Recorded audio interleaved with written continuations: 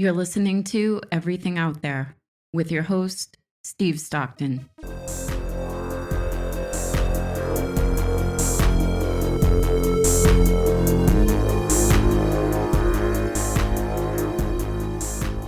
Hello, friends.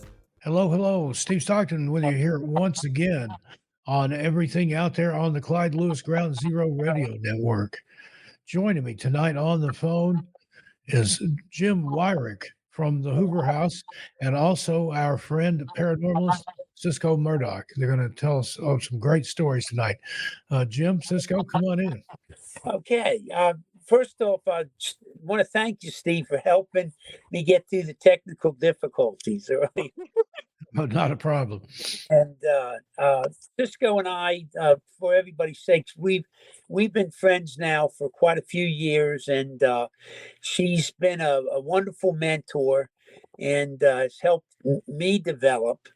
I started out with we had a small paranormal group, couple ladies with gifts, and my son-in-law and I, and we basically specialized in the Gettysburg and Harper's Ferry area, doing the old typical investigations that everybody's used to, and trying out all the various equipment. And over the years, and it's been quite a few in my case, we gathered a lot of information, got a lot of EVPs, got a lot of photographs and all that.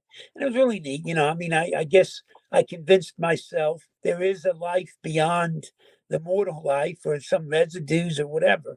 As time evolved, I started finding myself, I consider myself a spiritual person. I come from a classic Christian background, and I do believe Jesus Christ is my Savior, and follow the edicts and try to do the best following his footsteps. It soon became apparent to me the thing that really captured my interest and where I wanted to learn was from the higher energies.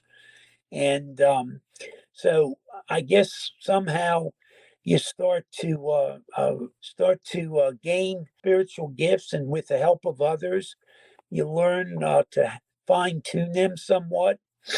I just think I'm a strong empath. I think that's probably the extent of my gifts, but that does me allow sometimes to see the energies in so the flesh or personal persona. I'm very keen on sensing energies and can pretty accurately determine the nature of that energy. It's been a real gift to be able to come into contact with people of such high quality that have passed through, and they're now they've crossed over, but they're affecting change and helping people on this side. And it's funny, as each year goes, my wife gets mad at me.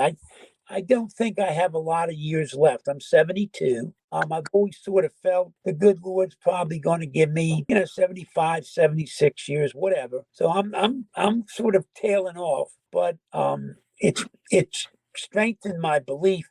I have firm testimony that life is eternal, that families are eternal, and that our good works and that cross the realms.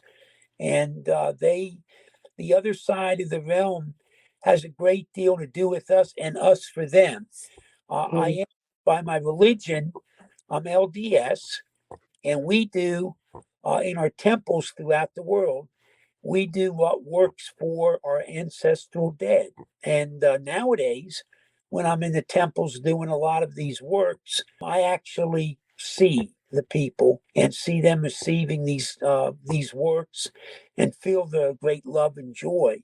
So it's a very different thing for me nowadays. The last 2 years, we won't be this year, but the last 2 years, my partners at the Hoover House, and I'll get into that in just a few minutes, Pam and Steve Barry, who run the Ghost Bash in Gettysburg each year, they were asked to be guests at Lilydale, the spiritual colony up in New York.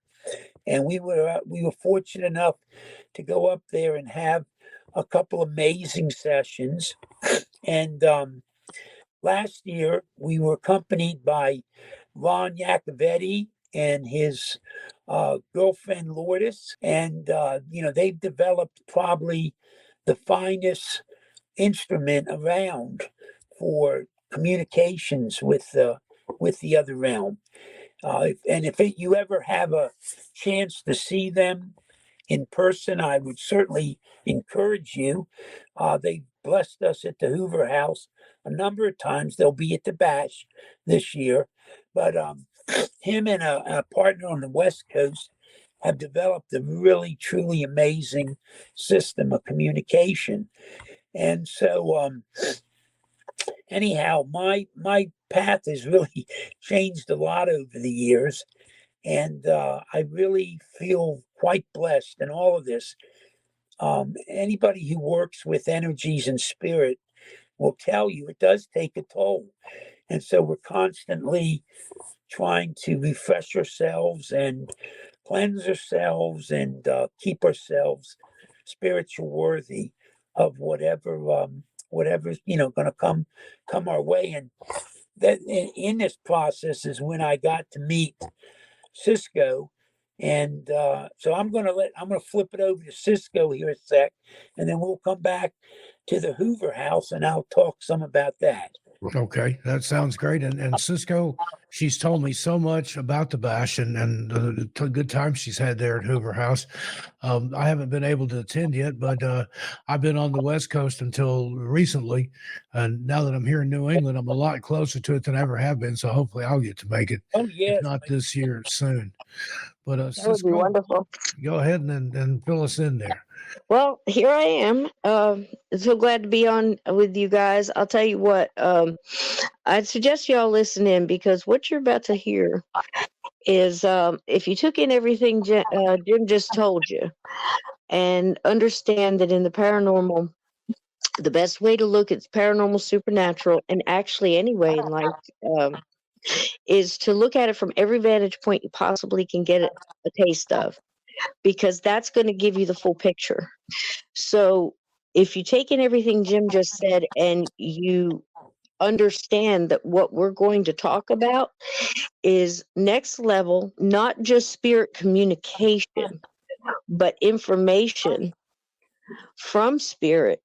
And when you allow yourself to understand that this stuff goes on, just like these radio waves that you're listening to right now, you can't see them. They're there. Everything is in the air. All these frequencies and all this energy moving constantly through our lives every day that we're just used to moving through. But at the same time, spirit is around. Your ancestors, those that you're connected to in this life, is probably as well as other lives. Everything is connected. Why do you think we say when you speak of them, they hear you? It's easy for us to listen and to take in the idea of, if you speak of a loved one on their birthday, they're connected to you in that love, and they feel that love, they feel that connection, they feel that mention. Yet on my show, on Journey Through the Gate, when we talk to certain guests or we're talking in the chat, people seem to have a harder time believing other stuff works too. Say, if you're in the woods, don't speak of certain things because they can hear you. Steve and I've talked about this a bunch on the show, haven't we, Steve? What you got to understand is all these things are going on all the time. And when you go in with the right intent and you get around a group of people that are in the area we're talking about now, tonight in Waynesboro, which is right near Harper's Valley. It's in right next to Gettysburg and Antietam. You have all that energy. And right smack dab in the middle of it, there's a house with a group of people that were, I believe, called there and led there and drawn there by certain spirits who have now worked with them so much that they will actually set up visitations from people that come in and think they're just going to go on a vacation. But on the other side, they're working together with their loved ones because grandma's got something she wants to tell them. And that's how spirit works. And when you're on the good side of this, and when you're open to it, and you're willing to kind of feel your way through, and trust a little, and and believe, it comes even faster, doesn't it, Jim? Yeah, yeah. The Um, right intent and the right grouping together. So, I would love to hear a little bit about how you were drawn to the Hoover, what the idea of it was, and then what happened there, because it's such an amazing place. um, the there's a couple in the area. They've been in the Gettysburg area for quite a few years now. And they're Pam and Steve Barry, and they're very gifted people. Pam has got the spiritual gifts. Uh, Steve died about 10 years ago. I think it was 6, 7 years ago. He had Yeah, a heart attack in a blizzard, and died at least 3 times, if not more. They paddled him some 30 odd times between the ambulance and on the elevator at the hospital. And they literally burn a hole in his. incredible. Yeah, And in that period, he talked and communicated with energies beyond. And that's where suddenly now Steve is gifted. Very often they're speaking in his ear. So when we do our sessions, Steve generally sits off the table, and a lot of times the energies are talking in his ear, telling him ask about this or whatever. Um, so they're the ones who, I guess, we would work with. They've always sold equipment for the field, and been right, very. right. They had the Gettysburg Exchange, right? And Pam was also involved. Was she involved in the Jenny Wade House, as a? She still is Jenny Wade and the orphanage in Gettysburg, and several times a year we'll have investigations there. And yeah, she's still connected with those. And then Waynesboro, like Cisco said, is it's about 24 miles outside of Gettysburg, and it was involved with the battle, not so much from a fighting perspective, but Confederate forces came through the town and occupied it for about 10 days before the battle. And anyhow, they're the ones who originally they had purchased the property on out over near Gettysburg, and it was an old house. And I'm not Okay. sure history of the house. It was there during the battle, and Mhm. some soldiers did come into place. They had apple orchards and that, so they took some foodstuffs, but there was no fighting in that area. And anyhow, they started working out of that house, and in that house, they introduced me to a spiritual process, table tipping. And you can go online and you'll see all kind of stuff about table tipping. It harkens back to the age of spirituality, turn of the century. As the country was coming out of World War I and the Spanish flu epidemic, about a quarter of the world had died in a few short years. And Mm. so there was a great interest among people to hopefully be able to communicate with their loved ones.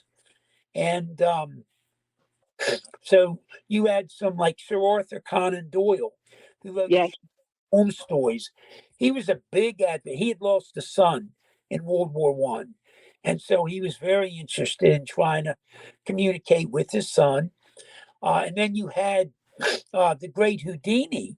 Now, everybody thinks Yep. Houdini didn't believe in this, but quite honestly, he just noted there were a lot of charlatans, a lot of frauds, and he was out there exposing the frauds. And Houdini was very close to his mother and wanted very much to be able to communicate with her. And so his quest was pretty much based on that. And so you had notables of the time involved in this quest, and you had a lot of famous individuals. The Fox sisters up in Yes. the area dominated, and that's when some of these spiritual colonies came into being. So anyhow, Pam and Steve had a friend who was uh, uh, she was a psychic medium from Lilydale. She came down and she taught Pam and Steve the basics of table tipping, and they then later conveyed that to me. And I don't know what it was, but the spirits, for whatever reason, decided I was a good vehicle. They select you. They do. And they set this whole thing up too. I mean, when you step back and you look, you can see how, I mean, I've had it happen to me, just try to get me to Gettysburg, and it's just amazing when you can step back and watch how they move through, and they manipulate little things or put little clues here or little arrows there. It's wild. But go ahead.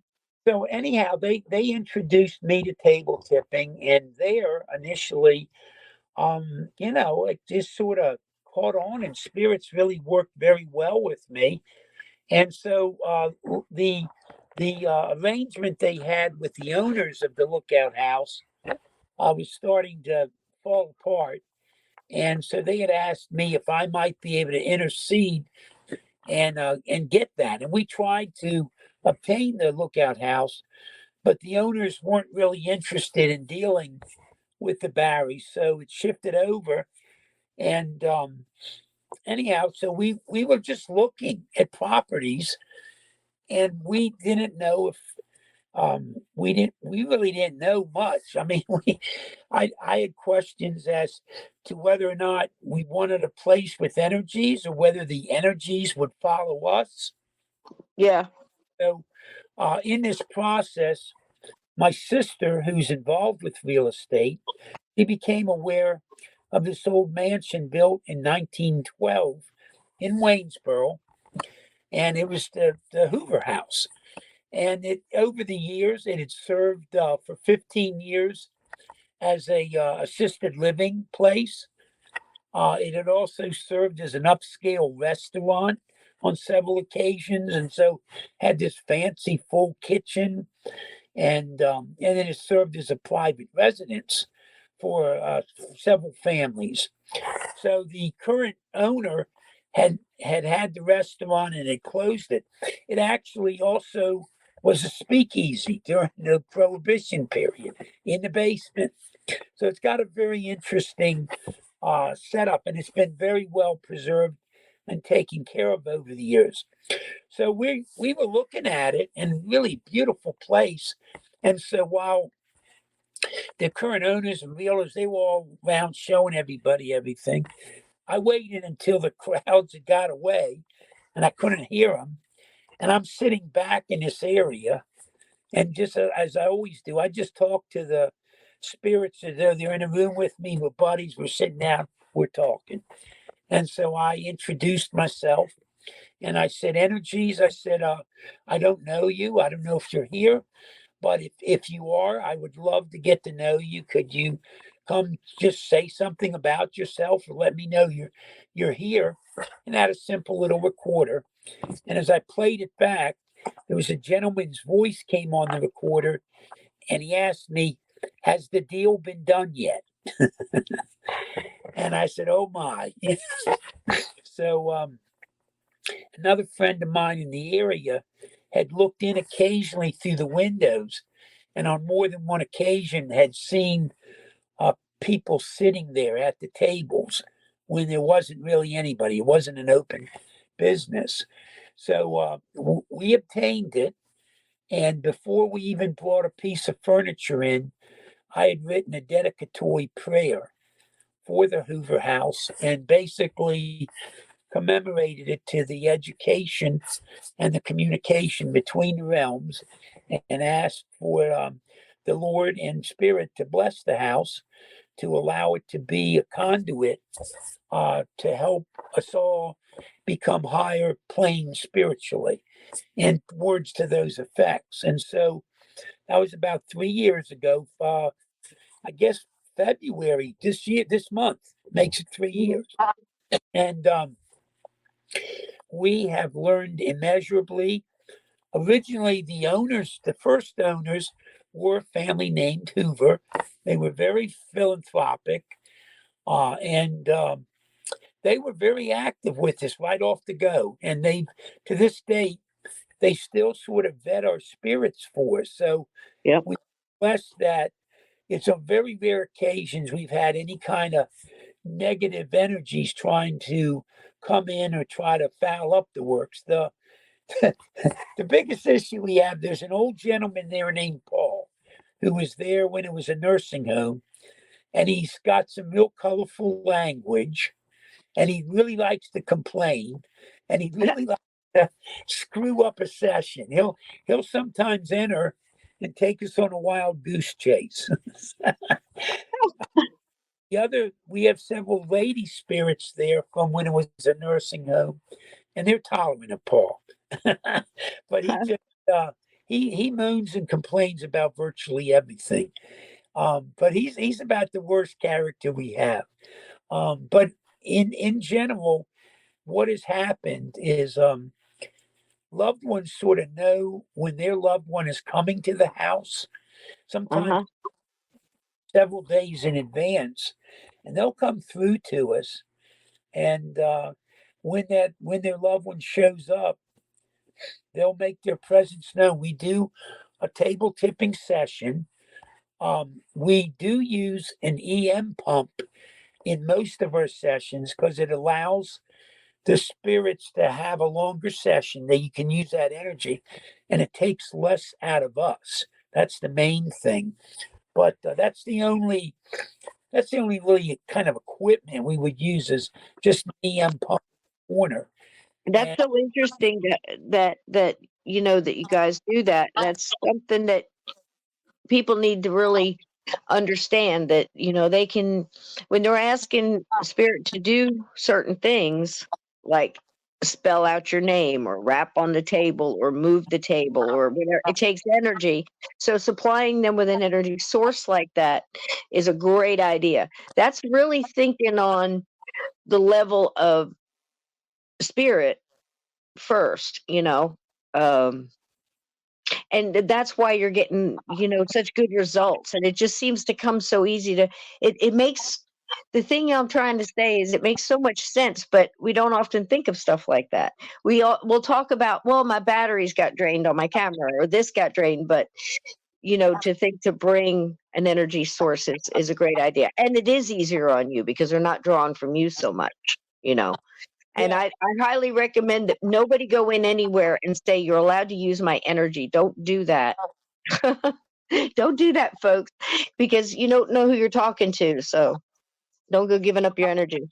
So that's great. That's great, Jim. I wonder if you could, I always found it so interesting when you and Jenny would talk of how you found certain tables, or how certain tables found you, and explain a little bit to the listener about how a certain spirit will be attached to a table, just like a haunted object. Or that doesn't necessarily mean that you have to find a table that is haunted. It more explain that process as you understand it. And all of what I'm about to say here is gospel according to James. Hey, whatever works, brother. And I'm interested to hear these stories too. My grandmother and her family, they came out of the spiritualism movement of the last century. Table tipping or tapping was one of the things that they regularly did when my mother was a child. And again, they lost loved ones in the war of Yeah. the First World War, and that was how they got into it, was trying to contact their loved ones. And I will mention one other thing we do, and it's not an absolute. So, because if some people have any kind of allergies or that, they don't have to. But we generally, the only thing when we're all at the table, we put a few drops of essential oils on our hands, rub them in. And in other words, if you think of a religious ceremony, they often use sacred oils to anoint. Typically, we'll use myrrh, sandalwood, spikenard, and there are a range of essential oils that were used in ancient healing, used to care for the dying and the sick. And we'll use a few of those as sort of involved in the process. But yeah, again, this is just stuff we found, and we've been told by other psychics that we sort of use the tables as a psychic tool. I guess involved with any table tipping, there are similarities, but I would also say that there's probably differences depending on who's doing, the session.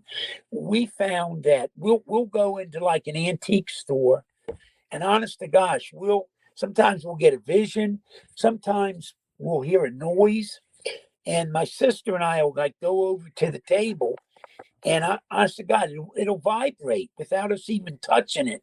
Sometimes we've had them move, we've had them vibrate, we've even had them come up in the air, a small little thing without even touching the table. So we know there's an energy associated with it. Now, tables can be used strictly on their own as a tool, and it doesn't necessarily have to have an energy associated with it. But if it has an energy within, they seem to be much more effective at being able to get loved ones and do the communication from that end. You can still use any old table that, even if it doesn't have an energy source, as a conduit to the other world. But it certainly does help to have an energy. And so once we ascertain that it has an energy, and oftentimes we know it wants to take us home. Sometimes we're afraid to go into places because we know there's a bunch of tables. But we've helped people get tables that are meant for them, and that's another thing. You can tell oftentimes a table. It's often said the table selects you, and I do believe that. And once we have that table, we'll sit down privately amongst ourselves, and then that table will reveal itself to us. Now, just 2 weeks ago, we had a session. We had a group come in, and this one gentleman, he's been there many times. He had a new girlfriend, really, really sweet gal. And so she watched and observed the first couple sessions and then wanted to sit at a table. So there's a really sweet, gifted psychic named Stacy Lee who comes to the house. I know Stacy. Okay. She's a sweetheart. And she was doing readings that day, okay, for people. So when she was getting ready to do her readings, there was a table there with a painting of peonies on the table, and she likes them, and she was going to use it to do her readings. According to Stacy, now the table told her, "Please don't use me for readings." She goes, "I want to come out tonight and communicate." So Stacy, Wow. friend of ours, please put this table in a corner, and when you're here tonight doing sessions, bring it out for that.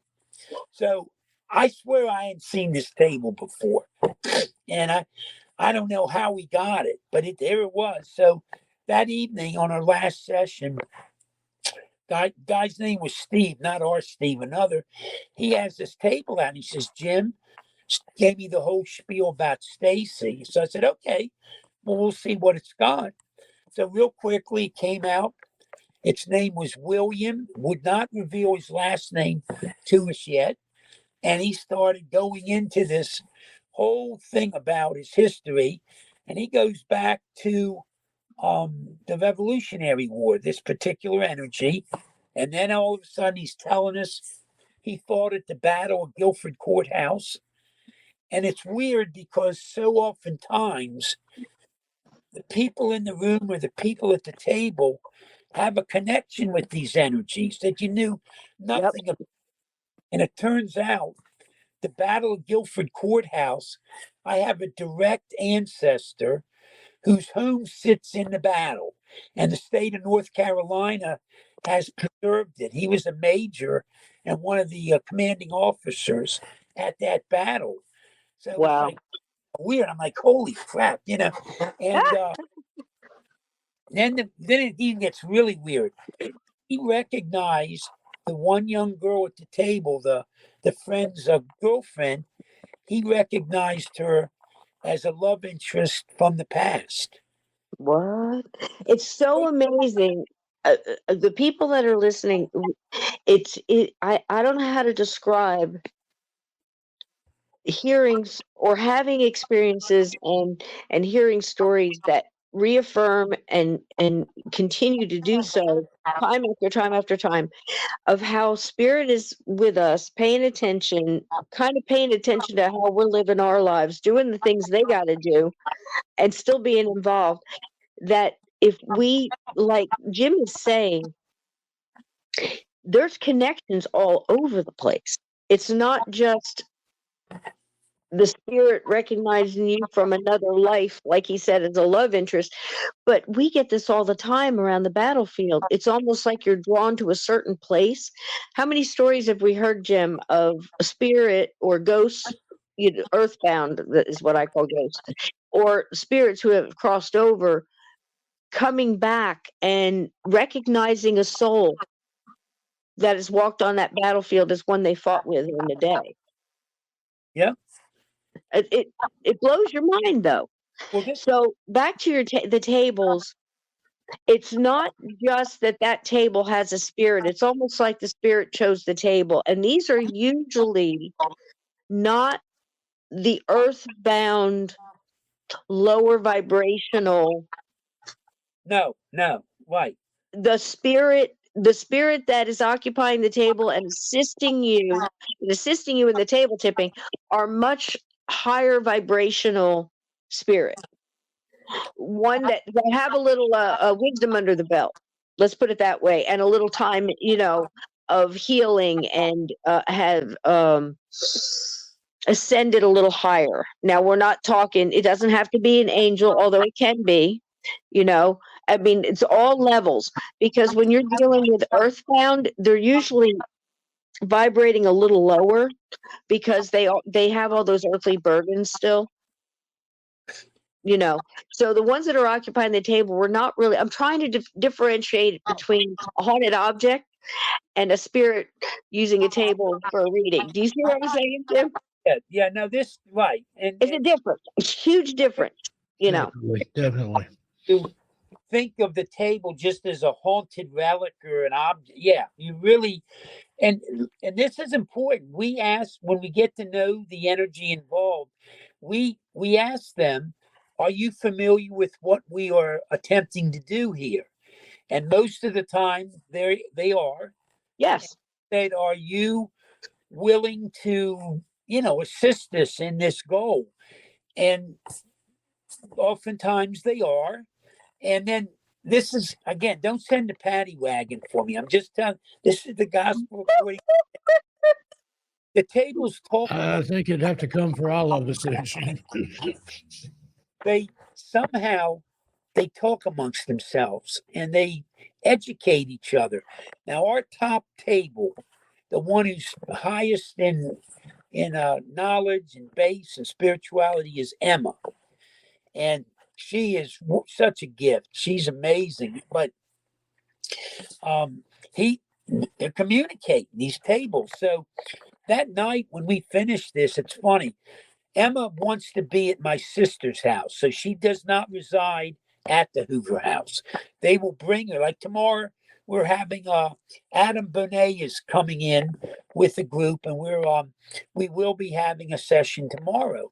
So, my sister will bring Emma with her. We ask permission of the table if they want to come and be involved, and occasionally they don't. I think they can sort of oftentimes sense the spiritual base of the group. When you have people of a certain mindset, and they're really very warm and giving and open. Yep. Can happen. The the quality of the session very much depends on who is there at that time. Yep. Very 100%. The energy in the room, Jim. Energy in the room. and right, and it's without a doubt. But anyhow, so that night when my sister and them went home, about for 3 years now, they forgot Emma. I never left Emma there. And so that night, Emma spent the night with the new table that had come forth. And we asked Emma the next night. They came back together, and it was planned. The table, Jedi mind block of my sister to Wow. take it home. Wow. Well, see, everything is. It's almost like they do know. I can't express in words that there are different levels all operating at the same time, and they're all involved with each other. And how else are you going to know that your granddaughter and her boyfriend are going to go to Gettysburg, and they want to stop off at they want to go a little bit outside of Gettysburg and stop at a bed and breakfast, and and explore that town too, and maybe go to Harper's Valley, whatever. And the spirit, the grandmother in spirit, or the loved ones in spirit, find out about this and and are at the Hoover House a week ahead of time. And this happens all the time, doesn't it, Jim? Yeah, no, it as much as we've been doing it and just had so many memorable, unique sessions. Yep. Never ceases to amaze. I mean, and I'm telling you, it's so uplifting on so many fronts because, like I said, it reaffirms things that from a Christian base, or I guess whatever religious base you're coming from, we're all hoping within our own framework to believe in that life goes Continue. on through our life. There it And is. we have that constantly reminded to us and confirmed to us. Yep. And we constantly know that death is not an end of our relationships. Mm-hmm. For all those who, especially, we're animal people. Oh my God, our pets are always with us. We'll have them present at the table. We'll have them. Oftentimes, a pet from the past is what brings the human through. Yes, and that's another thing. There's certain. If you can understand the aspect of, if we could just understand again that earthbound is a little different than those that have crossed over. Once you've crossed over, it seems that there's a process of healing and understanding and knowing and remembering and comfort and love and being back at source with souls that you recognize and this kind of thing. But also to understand that it's all these other past lives, all your animals from so it's an amazing thing, and they can interact and work with each other, because that's basically what a spirit guide is. It could be anything from a pet, an animal, a past loved one, so many different things. It's an energy that is there in your life at that moment to assist you or attempt to assist you through it. And once you get over there, it's all the connections are there, and it's so easy to understand. Well, of course they'd be able to come here and help out. And that's something that I love to bring out of my show, because we miss that. We're always looking at all the scary stuff, and of course we all love that.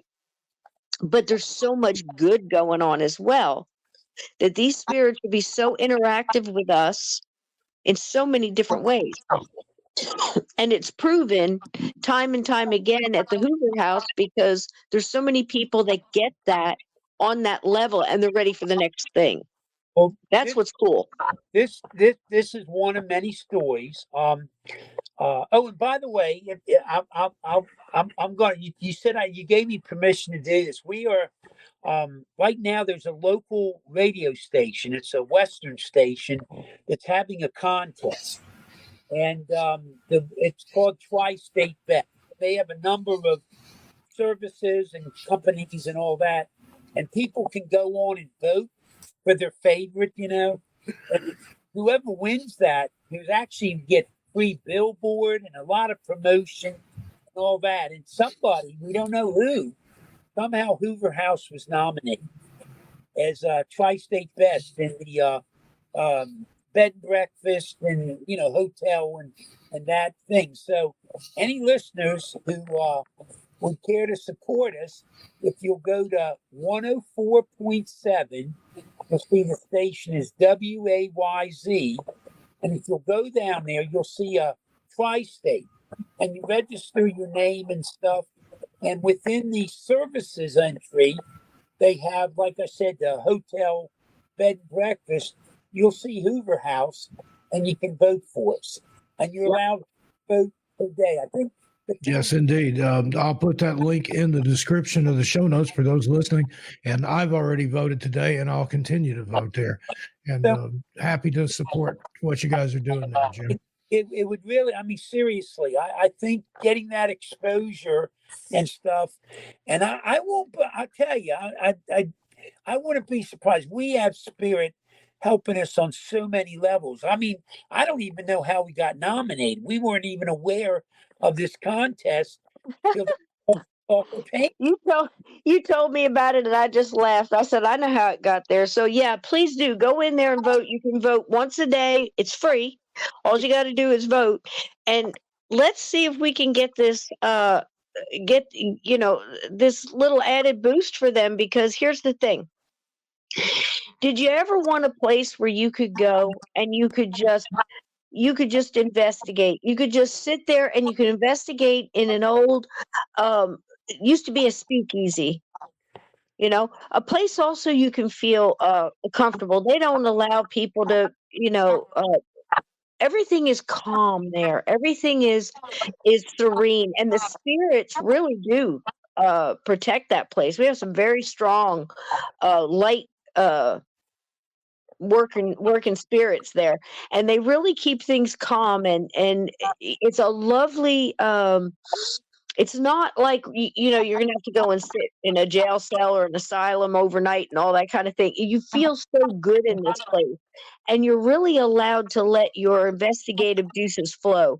So if you're into whether you want to do pendulum, if you want to get EVPs, if you want to do take pictures, whatever, if you want to see if you can communicate, there's so many different ways to do it there.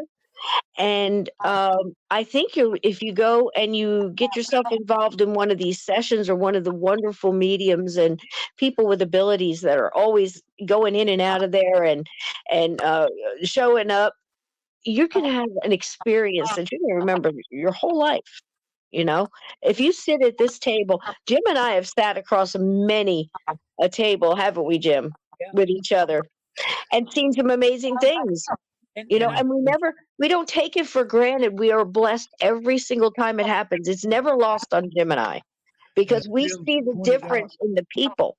As Jim pointed out before the show, they host non-haunting events here too. They do all kinds of things there. So if you're in that area or going to be in that area looking for a place to have a wedding, a reception, any kind of event, yes, this gets our top recommendation.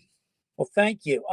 But yeah, no, it's just an absolute true story.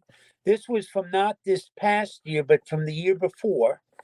There was a lady never met before, and she had wound up getting a room at the Hoover House. And we were having a little get together and had made some dinner, and we invited him, to if you got plenty extra, you can eat with us, So in talking with her, she was telling us how she had lost her mother about 2.5 years earlier, and it was only her dad now. He lived up in Chambers, where I live, and he had getting up in his years. He was in his early 80s, and he was starting to become a little frail. So they had to put him in a assisted living, and they sold the old house.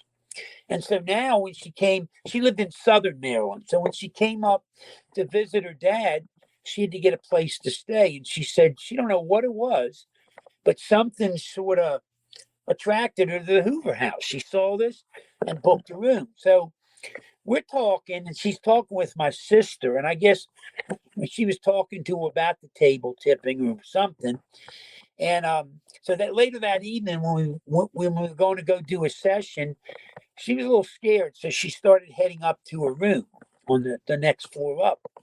And she says she got to the top of the stairs and something got her and turned her around, and she heard, "No, you go downstairs. You need to hear." So she goes back down, comes in the room sheepishly. She says, "Can I sit in here?" I said, "By all means, make yourself comfortable." And so we were already connecting with spirit. And about the third spirit comes in, and it's a female spirit, an older woman. And it really had me confused because this lady's name was Peggy. And suddenly I'm getting a female spirit at the table named Peggy for Peggy. And I'm like, what? So I look at her. I said, "Your name's Peggy, right?" She goes, "Peggy Lee." I said, "Oh, okay." I said, "Well, Peggy, I don't know. There's a Peggy here asking you to come to the table." And she goes, "Oh my God, I know who it is." So she came, and it's her mother. And her mother come right through, and they're talking. And boy, was her mother a barrel of energy. Great lady, a lot of fun. And a former dancer. She had lost the use of her legs in her last few years of life, but earlier she'd been a dancer. So we're connecting with her mom at the table, and she wants to go dancing. Well, yet these tables dance. When I say that, we all have to stand up, and keeping a finger or two on the table, it starts to shoot all around the room in loop de loops. So the table dances a while, and I'm hearing her laughing. This is her mother. So we finally get back down. We're sitting in our seats. And then she comes to her daughter and she says, "I have serious business." And she says, I want you to be good. But she says, "Your father's not going to be there much longer." And she proceeds to tell her that, her father's not going to be around that much longer. And all of a sudden, there's two bulldogs at the table. And I'm asking her, I said, "Did you have a dog, a bulldog?" "No, I didn't have any dogs, Jim." And then she goes, "Oh my God, my dad had two bulldogs as a boy." And so she goes, I said, "Do you know what the names were?" Because I said, "The one bulldog's telling me its name's Matilda." Made you think of a bulldog. She goes, "Jim, I really can't remember." I said, "Well, when you see your dad next, would you ask him if he remembers the name of, one of his dogs?" So anyhow, the mother doesn't really lay out anything specific, but just says, "Your father won't be there that much longer." So anyhow, so a couple weeks pass. She comes back to visit her dad, and in talking with him, well, yeah, sure enough, one of the bulldogs' name was Matilda. Sure was. And so then she goes, "Jim, could we have a session to see if my mom comes through?" I said, "Sure." So we sit down, and yeah, mom comes through, and now her dad's mom comes through as well. And they both basically, over a period of a month or two, they said, "We're preparing to receive Pop." Her dad up there. The family's all gathering, and she's got uncles that she lost. She's got her dad's mom and dad are up there, his wife, and she's already pulling jokes on him at his facility, like putting up signs that don't exist, but he sees them and it gets him angry. Like some about we're charging you so much a day for the TV, there. But Yeah. your mother. And we hear her laughing. Oh my goodness. So anyhow, this is the other myth. Peggy had never been involved with anything paranormal, ghost, none of this. Suddenly, the connection at the table, and I'm telling you, she's a natural psychic. And all of a sudden, man, they're coming in like a powerhouse. And this woman's psychic abilities are amazing. I've never seen anybody in a matter of like 4 or 5 months. She could do remote viewing, hon, at the end of 4 months. Wow. I mean, she's just it was there the whole time. It almost seemed like it's almost like getting if you think about like getting shocked and it gives you know, or you can see really good or you can hear really well or something changes. And It's like that. so the one time she's going up the road, her dad needed to go in the hospital overnight for something. And so she's down there, and suddenly some energy's telling her to go talk to this woman who's sitting outside the hospital. And so she goes up to the lady and she goes, "I don't know why I'm doing this. Please, I don't mean anything to harm." But she says, "Someone is telling me your mom's going to be okay." And I don't know why. And it turned out that the woman's mother had just had a fall, and they were Yep. bringing her to the hospital by the ambulance. And the woman looks at her. She goes, "Are you one of those psychics?" She goes, "What Jim, I can understand exactly what you're talking about because I've had that experience. I've had things where I've walked up at airports and just had, what do you mean I got to go back and say, it's like that woman, you got to go back and say this, and you do it in such a way, you don't want to be a psychic sniper, you know what I mean?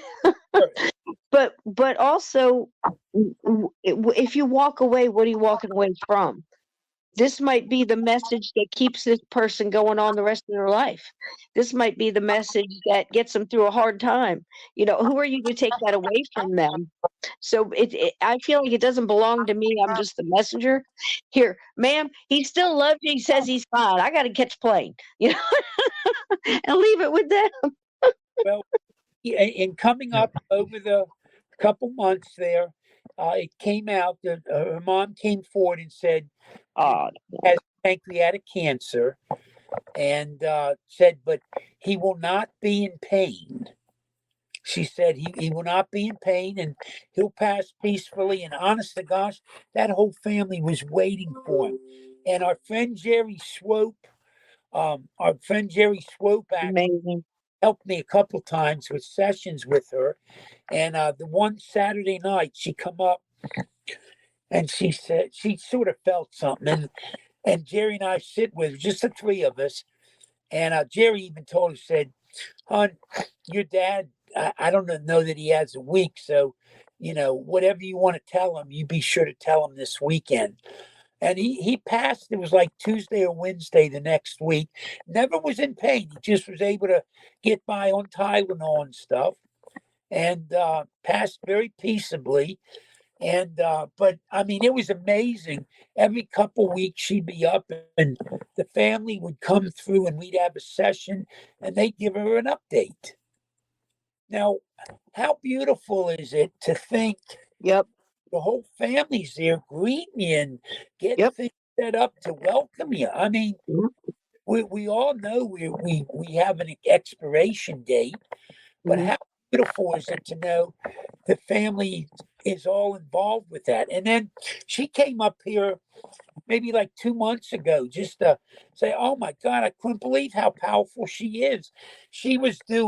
We were doing sessions, and she's sitting on the couch pulling the reeds, telling as the spirits presented at the table, she is dead on. She was dead on. I just, it amazes me the skill, how much this lady learned in virtually no It was period. enhanced. Yeah. Some got woke up, I mean, just enhanced. I mean, but that's the way that happens. And I think I'm a firm believer that it has to do with the group and the amount, not just the living there, but the the spirits and the ones that have decided to stay or that were drawn there and felt like that was a kind of like a safe place to hang out with other spirits until they're ready to cross or do their next thing. I mean, it's almost like you got to put in a revolving door there too, because it's always changing.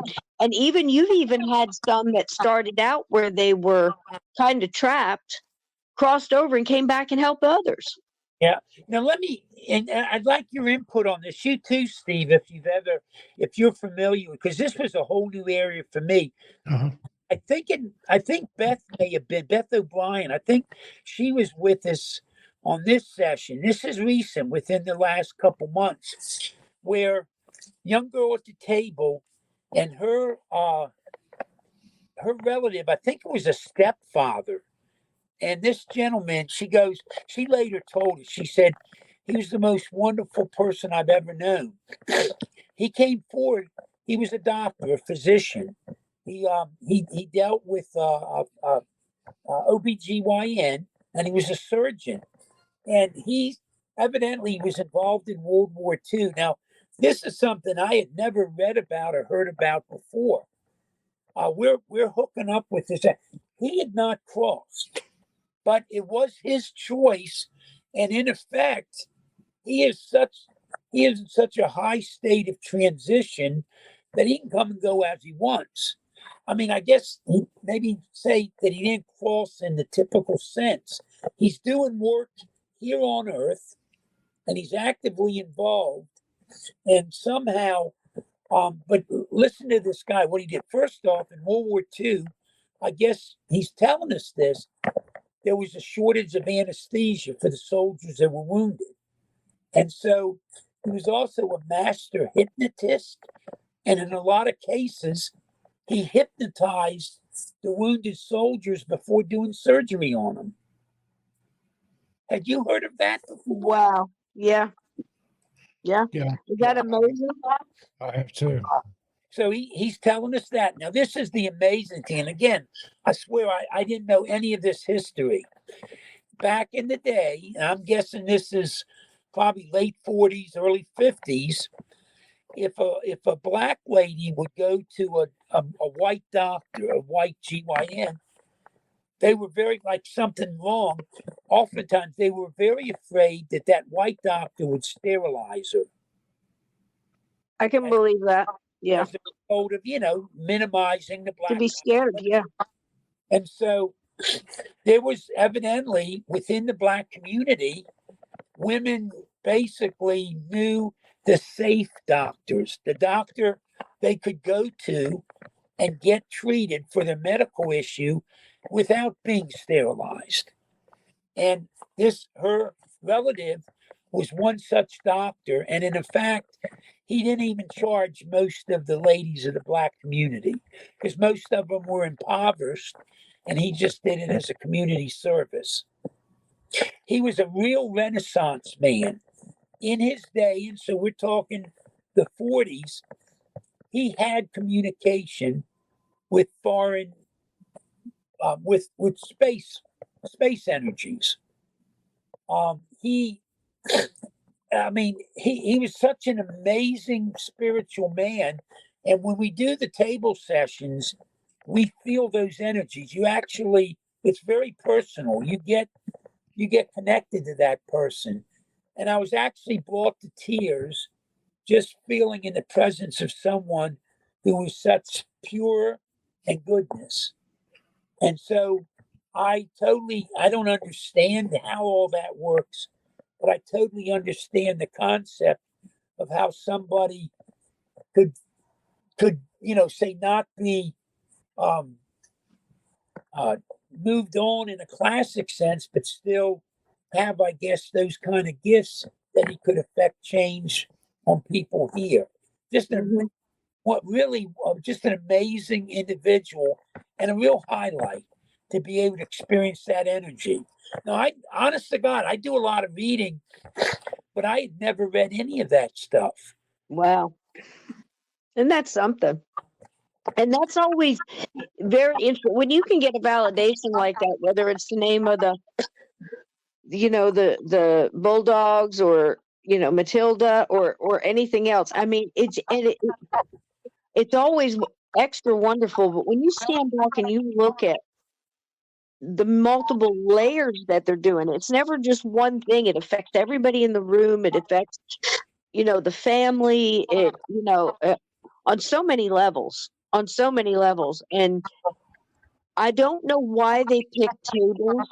I know you told us about how it started with spiritualism, but I wonder, it's not a chair, or it's not a coffee pot, it's a table, I've and wondered it's that myself. specific. Why a table? Right. Right. It could be a chair. It could be anything. Like you said, a desk. With the folding desk with the lid flapping up and down. But Well, it seems to like a table for some reason. in the Hoover House, we have a lectern, that you stand up and speak behind. And the energy of a minister is connected with that lectern. And he gave us basically, he wanted us to read various scriptures on a regular basis at the house. We have that lectern in the house. You can stand up, touch it, and feel its energy. It doesn't have to be a table. Wild. It's so wild, But here's the thing with the tables. Now, Jim was explaining earlier about again the spirit using the table almost to like dance. And I've told Steve the story. Jim was there. I was on the table with, I think Bob was there. He was across from me. I think it was, yes, it was. And I had a friend there, and I won't say who, but she was there, and she had her sister, and the sister was very reluctant. And her older sister was at the table, and a loved one came through. And it turned out, do you remember this, Jim? It turned out that the person who was reluctant didn't want to kind of be involved because she had some bad memories of people that had passed that she loved, some bad experiences. One of that was the grandmother. And she had regretted not going to see the grandmother at the hospital. She couldn't bring herself to see her when she was sick. And it came through that at the same time, Bob and I both got, I think you asked Jim, had she lost a leg Yes. to like diabetes or something? And Bob and I both said, or you asked, did she lose a leg and was not able to walk? And Bob and I both looked at each other, got it at the same time, said, not anymore. And the table, we had to stand up. The table started moving. Yes, almost like simulating steps. Yes, Yeah. exactly. And we all stand up. I think Jenny was on the table too. I believe she was the other. Yeah. And we all stood up, and I think it was Emma's table. I believe it was. And it started to tip top as if it was walking across the room, did it not, Jim? And went right to the granddaughter and leaned in and gave her a hug. And then it slid back as if to say, I could have slid the whole time. Remember? Yeah. Sense of humor. You don't lose a sense of humor either. If you had it here, you'll have it there, guys. That's amazing. I love that story. I've heard Sysco tell that before. And I'll tell everybody, we've got some videos. We've had people come in and film, us doing the table tipping, and it's okay, but you gotta, if you ever get the chance, try it. I mean, because if you're on the table, you will feel the energies, and we always caution everyone: at no point should you have apprehension or be sense of fear or any kind of dread, because if you do, we're getting into something that's not right. So we'll break off, but that just hardly ever happens. And you'll feel so uplifted. But I really urge everyone to try to at least be in the room or be in a session like that. Right. There's no substitute for it. Absolutely. And I think we should add too that, it goes without saying that, we always put down protection. We have our spirit guides there, and the spirit of the table, as well as the spirits in the house and those that are with us, to filter out any kind of negativity. And, we put protection around us, and we close the session properly and all of that. It's just like anything else, you open, you close.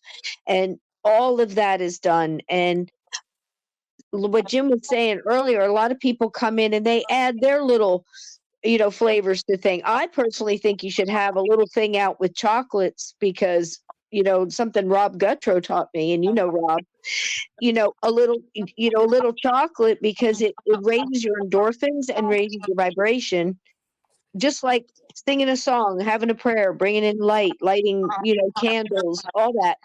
Even the smell of the essential oils, as well as the ritual of doing these things, is in any kind of.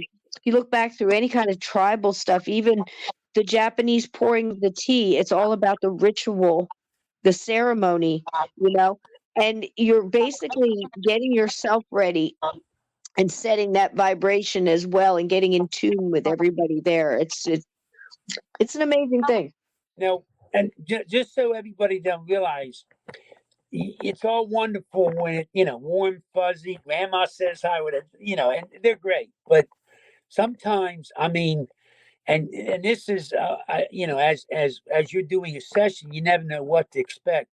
One time we had a lady at the table, and you could tell that there was something that was just amiss. And here right away, this very strong male energy comes to the table. As it turns out, it's her father. And honestly, I don't know that I've ever experienced a more monstrous person.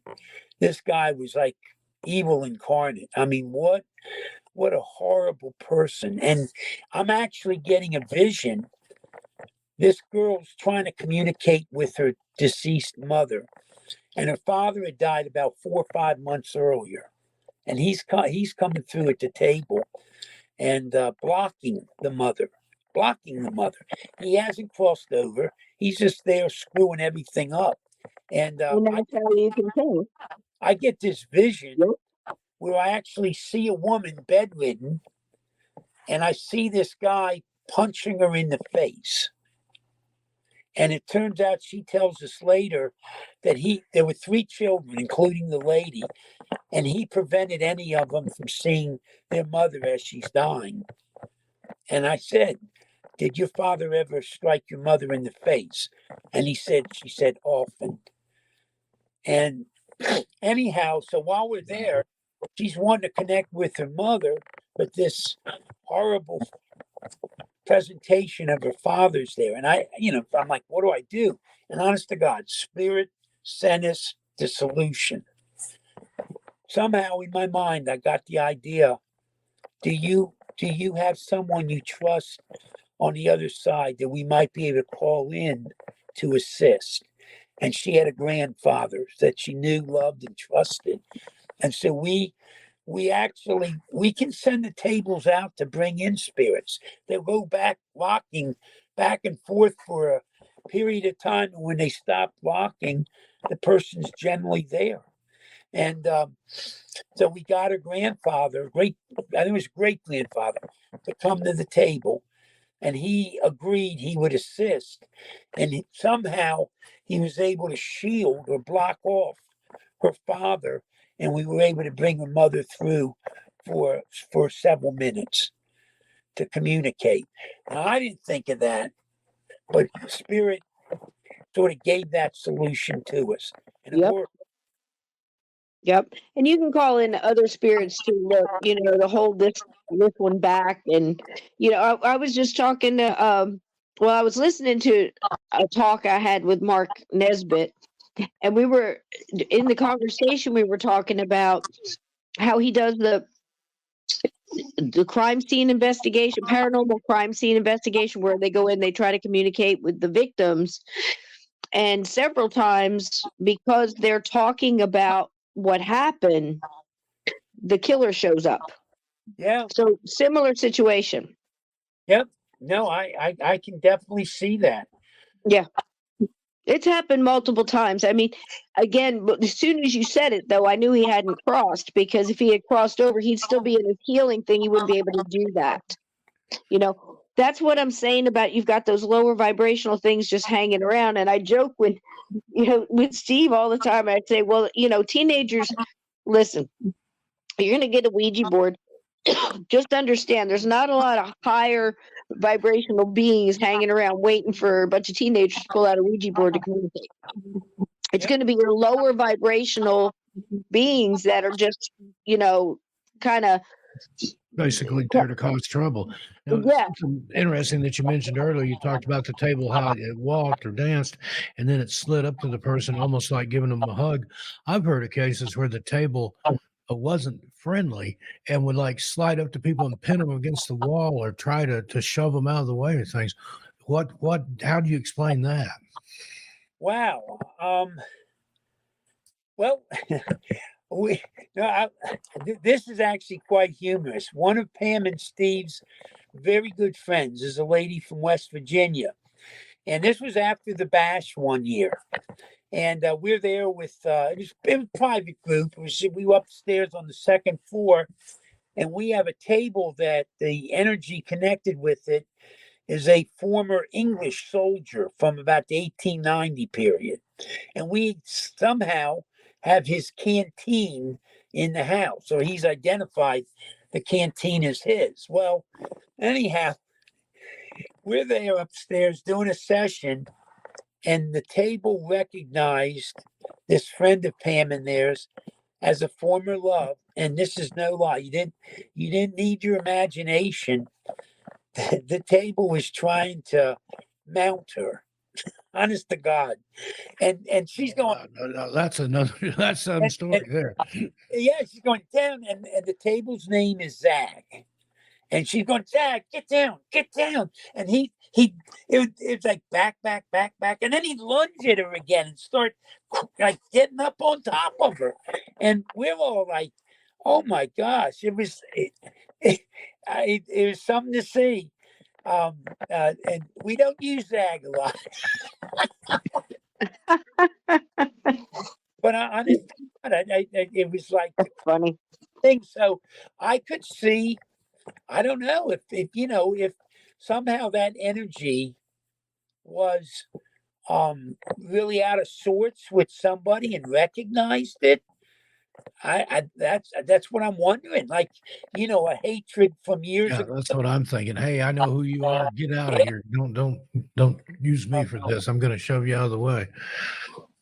Yeah. Well, I'll tell you, we mentioned it earlier, but something amazing to think about in this subject is the soul recognition.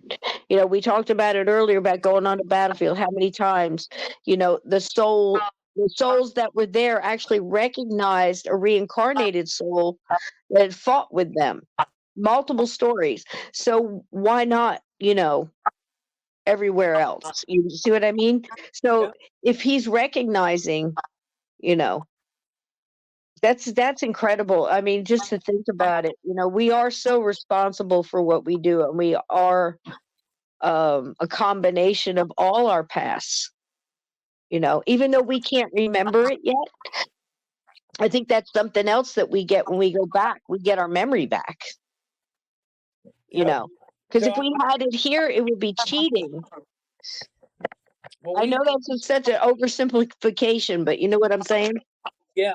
Well, we last Makes year, sense. the year before, we were down in Gatlinburg, Tennessee. Pam, Steve, Jenny, myself, and they went down there. And Pam was looking for a couple tables from that Rocky Mountain, Tennessee area and stuff like that. So we stopped, and it looks like my wife, my sister, and Pam all got a table. And then there was a family lived down there, and we were helping them get a table too. They'd been to the Hoover House several times and had gotten into table tipping and were trying to get a table for themselves. So they assisted them in that. So we come back, And it was a couple weeks later, and we're trying to figure out, okay, well, let's see what's connected with these tables we have. True story. My wife would tell you she was there. The table she selected, we're working it, and yeah, there's an energy with it. Comes through, and it goes, "Hello, my name's Hiram." I said, "Oh, okay, Hiram, nice to meet you." You know, he goes, "Yeah, Hiram, do you have a last name Hiram?" "Yeah, it's Williams." I said, "Oh, okay, Hiram Williams, nice to meet you. Um, can you tell us something about yourself?" Well, I was married and had a couple children and blah blah blah. And okay, and he said I wasn't a real good person. I said, "Well, I'm sorry to hear that." He goes, "Yeah, I didn't treat my wife very well, and that's why I'm coming through. Is I just would like to connect with her and let her know I'm sorry for mistreating her." And we were like, "Well, you know, is your wife passed?" He goes, "Yes." And I said, "Well, you know, why are you using us?" Yeah, right. And he goes, I'm familiar with what you guys do." And I said, "Well, we'll try." So he goes, you know, so we're talking. He goes, "Yeah." He goes, he goes, I'll be honest with you." He goes, "Most people don't call me by the name Hiram." I said, "Okay, what do you go by, sir?" And he goes, "I go by Hank. Call me Hank." And we're thinking, wait a minute, Hank Williams. Yeah, right. You know, Right. Yeah, I was just putting two and two together too. Oh man. so I'm like, now I mean, I'm familiar with a lot of Hank Williams tunes, but I couldn't really tell you much of, you know, specifics. So meanwhile, Pam's on her phone checking this stuff out. And I said, Wow. check if his name was Hiram. So she says, "It was, Jim. It was Hiram Hank Williams." I said, "Oh my God." So so I said, "Okay, Hank." I said, "Well, can you give us the names of your children?" "Well, you know the one, Hank Williams Jr." I said, "Yeah, we know him." And he goes, "But I also had he says also, what's her name? I think it was Ace or something like that." He says, "I had a daughter." I think he said the name was Ace or something like that. So I said, "Okay." So anyhow, so as it goes on, you know, he evidently had, I think it was multiple sclerosis, real bad, or multiple, you know, one of those degenerative muscle diseases, and that's why he was on. That's why he drank so much and was on the narcotics, because his pain was so intense. And evidently, his wife was very loyal to him and stayed by his side. And finally, only a year or so before he died, they divorced. She just couldn't really deal with all the cheating and stuff anymore. And so, anyhow, so she had divorced him, and I guess he was with another woman when he passed a little later. So we did the treat the things moving, and anyhow, so uh, it finally his wife's there, and he's communicating, like, you know, it's like, and he's communicating with his wife and apologizing for, you know, like not being faithful, and thanking her for, you know, staying with him and all that stuff. And then it was over. And I'm like, and so we're all looking at each other. And we were asking him, let's see, we asked him what his favorite song was. He said, "Your Cheating Heart" was his song. And yeah, it was pretty interesting. Then later come find out that he indeed did have a daughter, but she didn't even know. Um, yeah, Jet was her name. That's right. Yes. Okay. And she didn't even know she was his daughter till after he was gone. Um, so you know, anyhow, but he was telling this stuff, and Pam's there checking on her phone and going, "Well, that's right, that's right." And he told us he was born in Alabama. We didn't know that, and it gave us his birth date and all that stuff, and it Wow. all checked out. Now, could it Just have think of the good, you know. I mean, that's just it. See, if they're over there, they've still got that one thing bugging them. They gotta, forgive themselves or get forgiveness from somebody. They gotta say they're sorry for something they did to make up for. We know multiple stories like this, but it's just amazing. I mean, when you have an outlet like that, and that light is so bright, like he said, I'm aware of what you guys do.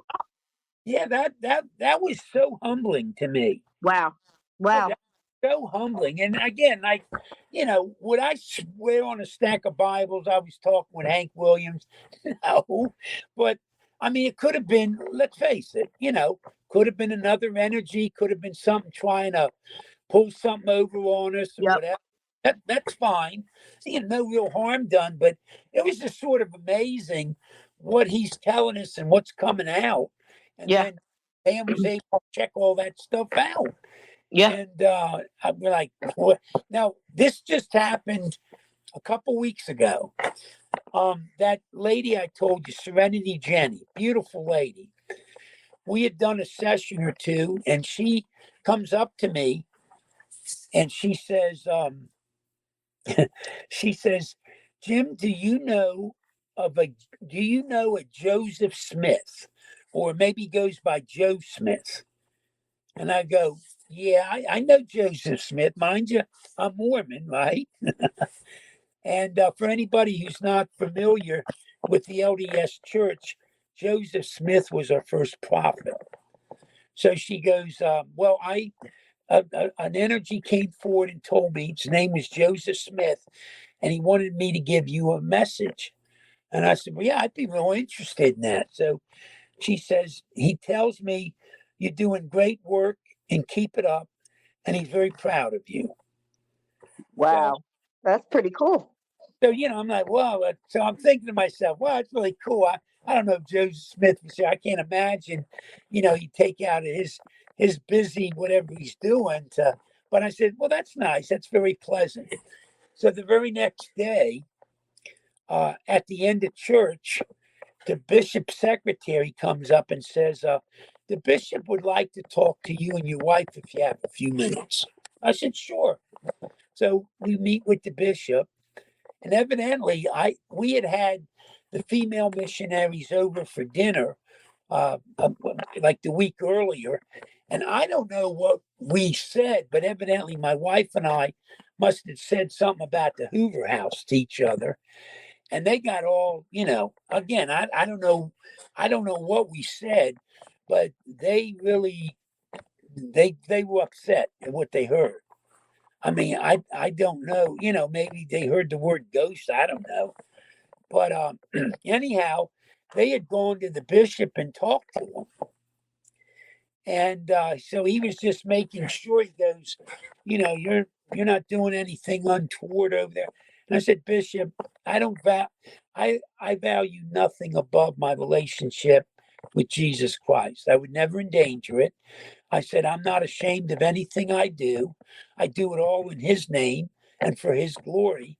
And I said, I don't know exactly what supposedly we said, but I said, no, I said, there's nothing going on there that's untoward or that I'm ashamed of. I said, it's a weird ministry, I think I got for whatever reason.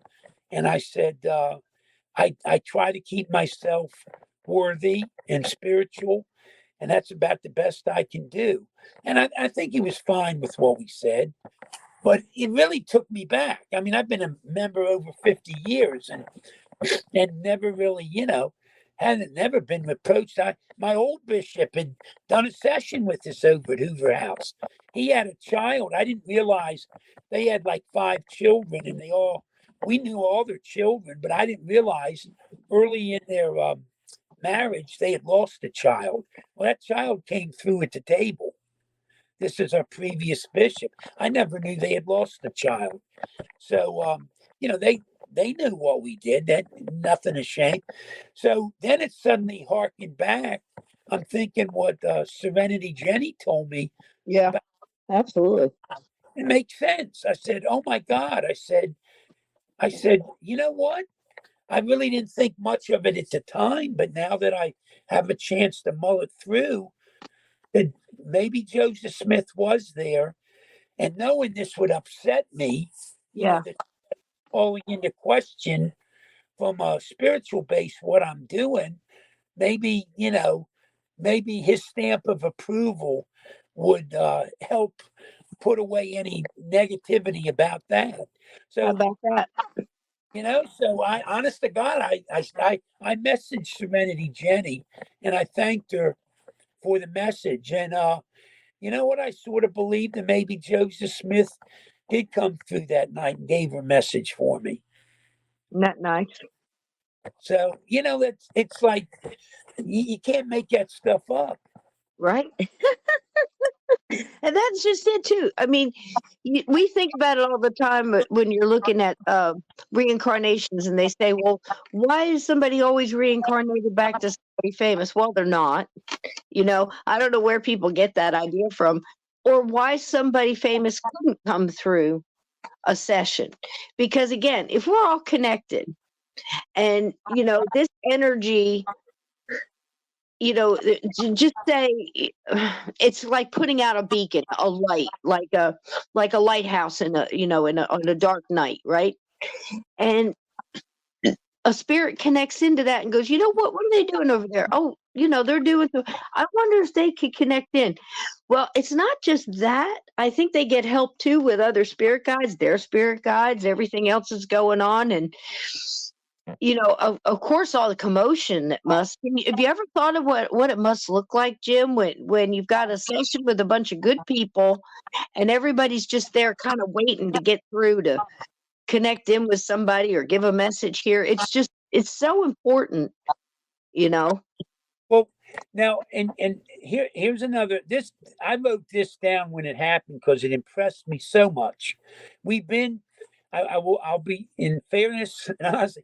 Spirit has reproached us because initially we were very good about logging in and recording all these sessions, and then we got lazy, and a little more haphazard.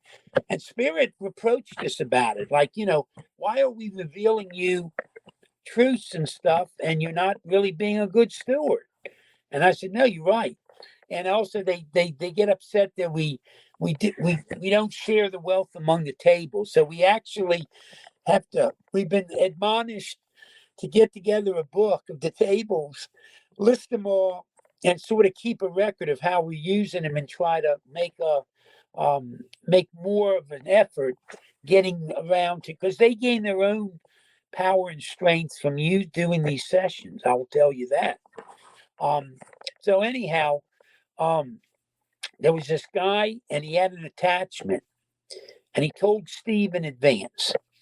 And Steve, somehow the spirit told him, have him come down here. So the guy came down, got to meet him for the first time, really liked him, and he's telling us some pretty interesting tales. And so when we go to do a session, real quickly, or end of the session, Steve says, break from the table. And we break, and Steve had picked up on a very powerful negative energy that was trying to present. And I will say, probably the most negative energy that we've ever had try to present at the house, and probably way above the grade of our resident energies in vetting, the process.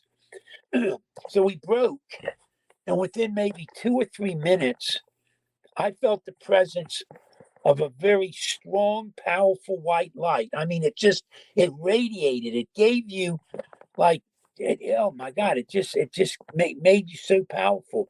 And I said, get back on the table, guys. And we did. And literally right away it comes through, and it identified itself. The name was Invictus, which means, I guess, never conquered. And Invictus come through, and for our guest that was there, he basically said, I've removed that energy from you. It was an attachment. I've removed that from you, and you're going to see your life improve, and you'll know it comes from me. But then along that, he gave an admonishment. He told Steve and myself and this person never to go to the house where he got this attachment. And he had earlier told us, and I'll tell you, I don't want to say the name of it because I don't, but it's a famous place. A lot of people go there. And supposedly by this guest's own words, this energy comes on as your friend, and you feel comforted and you feel a closeness, and then it turns on you and starts to make your life hell. And this is very, like I said, this has been documented in the books, this place and all that stuff. So I'd never been there before, and of course I will not go there. So this guy came back about 3 weeks later, and Invictus came through again and said, "I don't think you're believing me." Said, it's gone. It's not going to bother you, and you're going to see things go well. And this guy just started a business up in this field, and it was going real good. And I guess, his personal relationships were improving, and things are really looking up. And anyhow, he went back up to that house, and things are starting to fall apart. He went back? Back.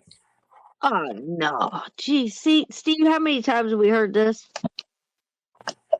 They can't, they go back, or they call it back, or whatever. Far too many, unfortunately. Oh, jeez. And I remember him telling me, how this thing had sort of nestled him in and made him feel it and all that, and then it just turned on him like a dime, and it just really his life started falling apart. And so I'm telling you, Invictus was power, man.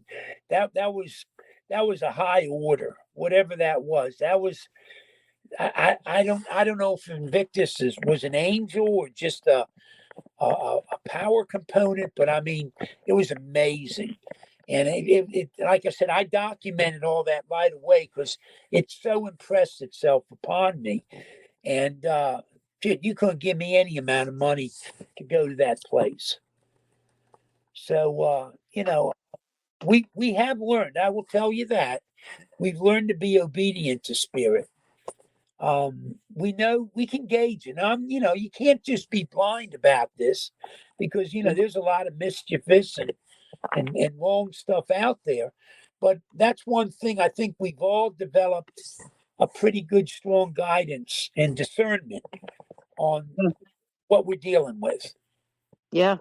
And even being able to go down into, like, tell them a little bit about the cellar and a little bit of the history on the basement. Your whole, and well, I'll let you talk about that. I'll just go to say that your experience and your impressions have been duplicated by many others over the last couple years. We've got a pretty good read on that whole situation and what went down. But go ahead. I'll let you talk a while. Oh, well, I didn't know very much. We went down in the cellar. We were there with a couple of friends. I'm pretty sure Mike Latiana was there, and both my sons were there. My new daughter-in-law and Jim was there, and our friend Mike Simpson was there. And we were doing like the opening.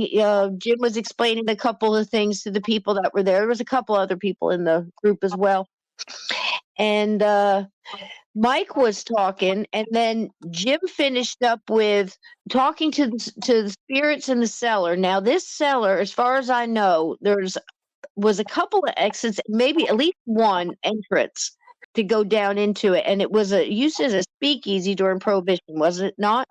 So they had that going on.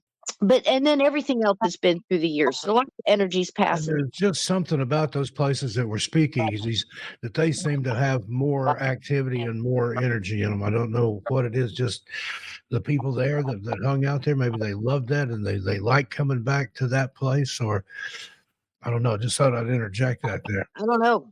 It could be the energy. It could be, you got a lot of energy going on there. You don't only just have the people gathering to drink and party and do whatever kind of, nonsense they'd be up to with gambling, prostitution, you name it, all the way through, and all the emotions that go with that.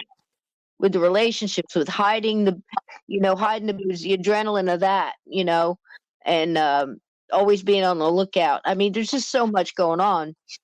But we're all sitting there, and I believe Jim was saying a little bit of a comforting kind of opening to the spirits around. Like, you can trust us. Everybody here is in, good intent, and, everybody here is friendly. And at that time, when he said trust, I heard trust. Huh. I'll show you what it meant, what I saw trust as, or she said it's weird, not in our vernacular, in a different way, in a different time. The way she said it was like what trust looked like to me, or how I saw trust, or something along those lines. And it all came in a big wave, because the next thing I know, I'm feeling a pressure, like there was almost like a hand inside my throat squeezing. It wasn't from the outside in, it was like from the inside in. And I started to choke. But at the time I'm choking, you almost didn't have time to process and panic about the fact that you were having a hard time breathing and you were being choked by something you couldn't see. It was what she was showing me. And what she was showing me was what she was seeing. And it was when she died. And she was looking at someone whom she trusted. And the process of her realizing that the person she trusted wasn't someone to trust, that he was in fact hurting her and then in fact killing her. And that was her last thoughts. I trusted you.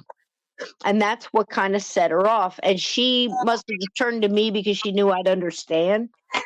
But also at the same time, I'm getting not Allie. I died in the alley. He killed me in the alley. I'm Alice's son. Just go. Keep talking. I have to run. My phone's getting down. So Go ahead, honey. Get a patch cord. I'll plug it in. I'll be right back. All right, sweetie. So she's saying, I'm Alice's son. Now, somebody, I guess, in the house, she was coming through one of the pieces of equipment where it comes through as a word, and it was saying Allie, Allie, Allie before in another session, not this one. And I believe everybody started calling her Allie, and it was kind of ticking her off because my name is Alice's son. She was very specific about that. Well, everybody in the circle, like everybody's kind of sitting or standing around in a semicircle kind of thing in this dark cellar in the middle of the night, like you do. And and this is happening. And it was so amazing that all I had to do was hold up my hand, to all the men that are around me. And I'm just like, I'm okay. Let it go. Let it roll. Let it roll, because she's showing me something. And I can't talk. I'm just doing it with my hand and my face, and I'm still like, you think everybody be jumping and jump on you, But these are such wonderful trained people that understood what was going on. I'm like, I'm okay. Let it play. And I got that information. And then from then on, I was able to explain it. She was killed in the alley by somebody she trusted. That we pieced together, as far as I understood that night, that she was there. She may have even had a child she was trying to provide for. She didn't like that she had turned to kind of being a prostitute, but she had picked out like a couple, I know it sounds awful to say, but this is just how she explained it to me. People that she was familiar with and she was comfortable with, and she could almost kind of tell herself that she wasn't really doing that. She was dating, if that makes kind of sense. And it made her feel better in her mind. But now that this guy that she trusted had betrayed her and killed her, I still don't know why he did it. She was trying to move past all that. Well, I hear now it's possible when Jim comes back, he can tell you that possibly we did help her out. Maybe not all that night. It takes several times, but I think they got her to cross, and I think she has come back to help the guy that's there. That was what I was getting. What have you heard, Jim? Are you ready or no? It's sort of Plugging in. Ah, there he is. yeah. Here, let me plug this in. That was quite the Okay. Here's the tragedy of it. yep. She so in other words, she had a young child by this gentleman. They were a romantic couple, and I don't know what happened, but he threw her out. And honestly, I don't have a good feel of the period. I'm thinking it's Depression era. Um, so things are tough, and especially for a single woman with a child. And so I to get things to survive, and with a young child, I think she was maybe prostituting. And one day he saw her, I guess, coming into the speakeasy with a gentleman, and I think he, killed her, strangled her, whatever, out in the alleyway, Yep. out of rage. Now here's the tragic part: she's so in love with him, she has not crossed, and she don't want to cross without him. Well, he's not repentant, and so here she is delaying her advancement, waiting on him because she wants him to be able to progress with her. And I don't know where the hell to start with that. She's still there, and that same feeling like you got, and that's been duplicated so many times, son. So you're spot on with that. No two ways. And we don't know what may happen to the child, but it is quite tragic. And then Pam got did you mention about the picture Pam got? I didn't tell that. Why don't you tell that? Yeah, Pam has a picture, and I could certainly, if anybody would like to see it, or that, if they really want to give an email or that, I could certainly send it to them. But in that area where our bathrooms were, to the speakeasy in the corner, Pam got this amazing shot, and there's something materializing out of the floor, and it's like a black mist coming up, and it's got it's sort of like a top form, and it spreads out, and when you look at it, you just feel very uneasy. And there's been several things happen that have led us to believe that is actually the gentleman who did her in. That's a boyfriend. And I don't know whether you're aware of it or not, Jim, but that night, Mike and I want to say his friend Nick, but I could be off on the name. I forget. No, Brandon. It was Brandon. One of them took a picture of me when I was getting choked and I was getting that info, and behind me is that shadow guy hanging upside down from the pipes in that little room that was right where Mike Simpson was standing. I'll send it to you. You can see it. He's hanging upside down. Perfect figure of a shadow person hanging upside down, like they're hanging off the pipes almost upside down. Yeah, we're hopeful. By the way, I'll throw his name out there. Mike Simpson's a dear friend. He had started a new job last year, and so he didn't have much vacation hours or stuff. But as of February, he's got now hours and stuff. So he is planning on coming to the bash this year, and we'd like to have him in to help us on a couple investigations because he's such a wonderful presenter. And Yep. Oh, let me tell this tale. This I think people enjoy it. I've been asked back again this year, so I'm really excited. In the Gettysburg area, at the Eisenhower complex, which is where the bash is going to be hosting this year. It's a larger area, and it affords a lot of expansion for the bash that we sort of needed. Well, anyhow, every year they have a group of people who I forget their exact name, but they're greyhound owners, and they all get together. I own 2 greyhounds in the past. Love them. What a wonderful creature. And they're some of my favorite dogs. But they always have somebody come talk to them about Gettysburg and the ghosts, since they're there and stuff like that. And they had asked me last year. if I would present. So I agreed, and it was a Sunday. So as it turned out, it was like getaway day. It's I think a 3 or 4 day event, and people come with their greyhounds. They put carpeting down so it doesn't damage anything, and the participants are encouraged to bring their dogs. So anyhow, so I go to present. Well, find out it's getaway day and stuff like that. And I'm like, oh my gosh. I said, I'll be lucky if I have 5 or 6 people come to my presentation. They had all the special equipment set up and all. So as it gets there, oh my God, they come piling in. I had like over 80 people come in that day. It was wonderful. And I had a picture of my old greyhounds with me. And so we're talking, and I'm, telling them about, and a lot of these people have real interest in the paranormal and various groups from all up and down the East Coast. There were a lot of people there from New England. So anyhow, the whole time I'm waiting for them to come and my thing to start, I'm getting wiped out by a wave of energy like I never had felt. I'm like, what in the hell? I mean, it was like a tsunami of energy. And as the people started filing in and bringing their dogs, and I realized, I said, I bet most of these people, they're probably on their 3rd, 4th, or 5th greyhound. They've had several before. And I said, it's their daggone greyhounds. Their friends are with them from the past, along with the new dog guy.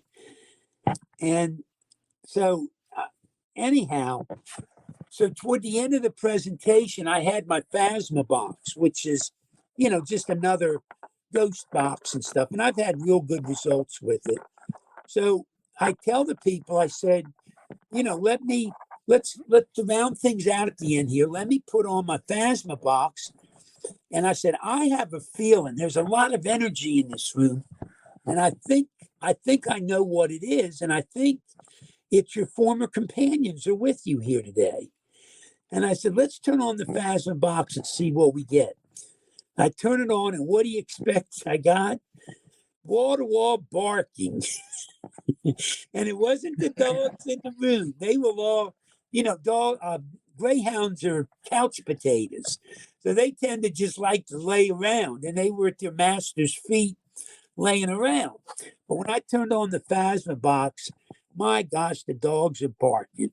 And of course, it caught the attention of the dogs that were there.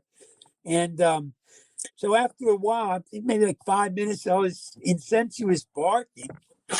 I said, okay, guys, I said, your owners knew you from your previous names. So I said, would you please call out your names so your owners might recognize them? And this no lie, for about 5 minutes, out come these names.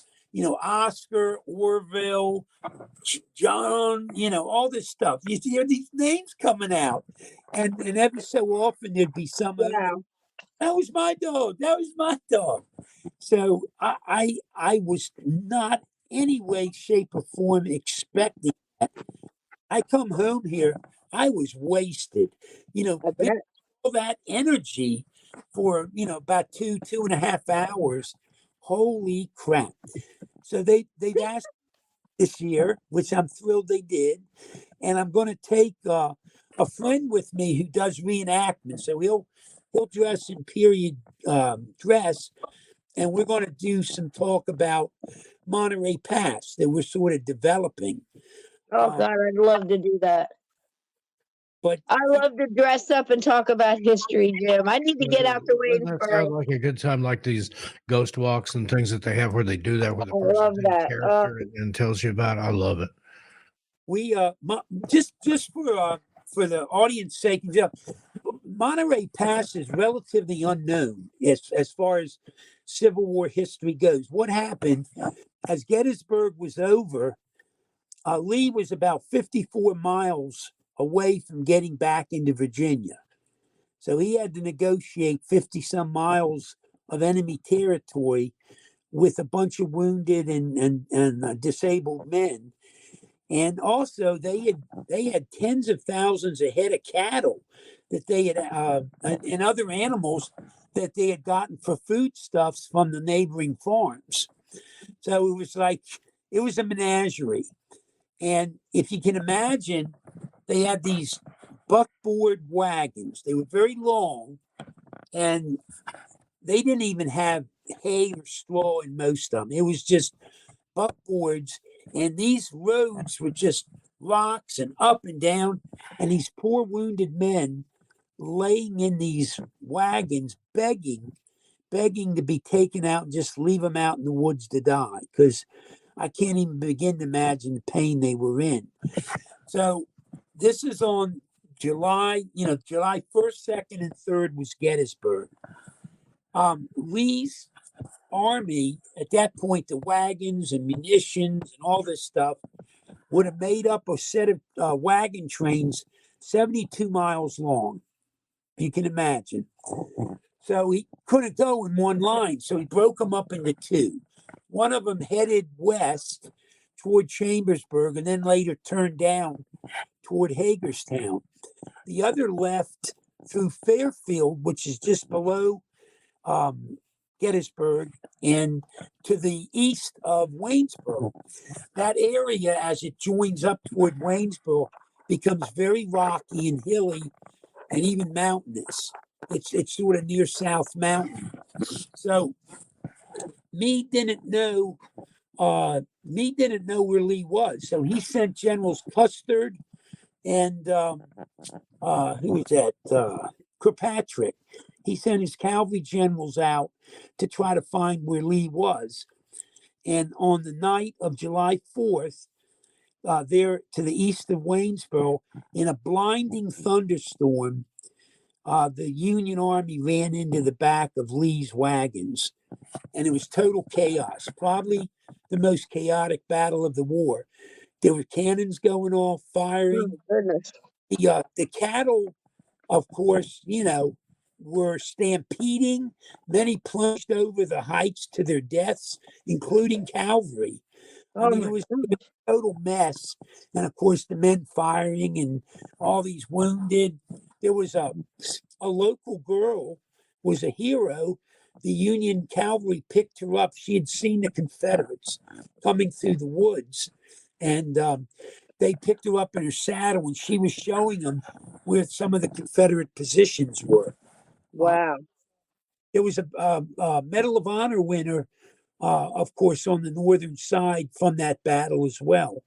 So it was just totally chaotic. The people in Waynesboro came out and looked to the east to see all the munitions exploding and stuff and the fires, and it was like the 4th of July. Wow. The battle raged until the morning over into Maryland. It actually is the only battle that encompassed both sides of the Mason-Dixon line at once. It's hardly even known. And when they set about creating Gettysburg battlefield, the 400 and some acres that make up Monterey Pass were offered to Gettysburg. They said, man, we already got plenty of stuff here. So they weren't interested. So a private group obtained the land and has been basically preserving it. And they put up a small museum there with a ton of artifacts from the battle. And we're currently engaged in trying to buy a toll gate house from the 1830s that was right in the middle of the battle. So Wow. we're fundraising. And last year we started the first formal investigations in Monterey Pass, and we had it with historians and some noted other investigators. And what we rapidly found were 3 different segments of life. We found the early colonists there from, say, the late 1700s. We found Native Americans that lived in the area, and they presented themselves. And then, of course, we found the soldiers and those energies connected with the battlefield. It's amazing the stuff we got. And we had several psychics, and we had a total of 3 investigations last year, and each one was more successful than the last. And we're out there at night. They had notified the local authorities, so everybody was cool. Nobody was, and they opened up the museum for us for all night. And this year it's even expanded. The The one we're having one of the times, we've got 10 historians coming with us to verify information we get, and the information the soldiers or the others have given us. And it is part of what was known as, what was it, the road west. It was part of the first road to extend west from Philadelphia to go out. And it is still pretty much virtually untouched and undeveloped from that period. And you can find period glass, colored glass, that they just threw away in large trenches from the early 1800s, just digging down 6 or 7 inches. So the area, they've got a couple paths that you can take. It's a little steep. It's a little steep for me. I got my roll later out there, but it's truly amazing, and it's, oh my God, it's virtually untouched. The energies were so thrilled to give their stories to us and tell us about what they had seen and experienced. One of the real haunting EVPs we got. We were with a group of men, and we asked if we could do anything for them. And they you hear it real clear. They just asked for us to pray for them. And we also encountered a black regiment of Confederate soldiers that came out of, where was it? I think it was Alabama. And Steve Mung, one of the reenactors, he was able to verify the information they gave. A lot of people don't realize that at one point there were some black slaves fighting in the Southern armies. That's so true. So anyhow, we encountered that. It was wonderful, and this year we've expanded it to, I think that we're going to have 4 dates that we're going to do a formal investigation at night there, and also there's going to be in April a full reenactment with all the presenters and some of the local reenactment groups. So it was the second largest battle on Pennsylvania soil, and most Pennsylvanians don't even know it, aren't even aware of it. So we've been trying to bring an awareness about that. And we were able to actually uncover, and we were able to verify this story. And I think it bears repeating because it shows the humanity of General Lee. Here he is, just lost Gettysburg. You got to know how crushing that was to him. He offered to tender his resignation to Jefferson Davis, who would have none of it. And anyhow, he's coming back through Waynesboro, and it doesn't exist now, but there used to be a public fountain there, and he stopped to water traveler, and a gentleman came up. Now this story is recorded. Gentleman came up from the town. He had fought with Lee in the Mexican War.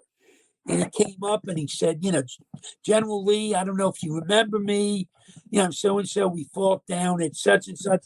And of course, Lee, I don't know if he really remembered him or not, but he said he did. They exchanged niceties for about 10 minutes. And then here's the neat story that we uncovered and have been verified. A local family had just had a child that was a couple weeks old. Well, here's the most famous person to ever visit Waynesboro, in the town square. And the people brought their baby up for General Lee to hold. Now, here he is, just suffered this crushing defeat. These people from the enemy side come up. They tell General Lee the good news that they just had a child, give him the name. And General Lee takes off his gloves and stuff and holds the child and sort of blesses the child, and then returns it to the people along with one of their calling cards that they used to carry. That happened in Waynesboro a couple days after Gettysburg. Shows the humanity of the man. True story. Wow, that's a great story. Unfortunately, though, we're almost out of time here tonight. Those 2 hours just flew by.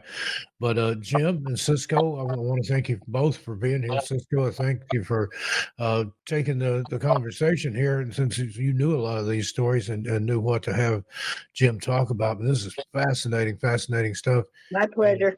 And again, I'll leave links in the description for Hoover House, the website, and how you can go and vote for them as the best B&B there in the tri-state area.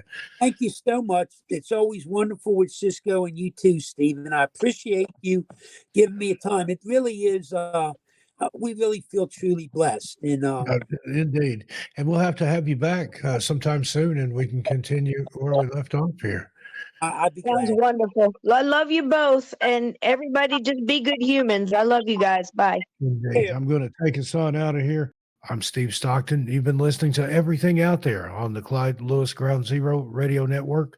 I'll see you a little further on down the trail. Tell your animals I said hi. Good night, everybody.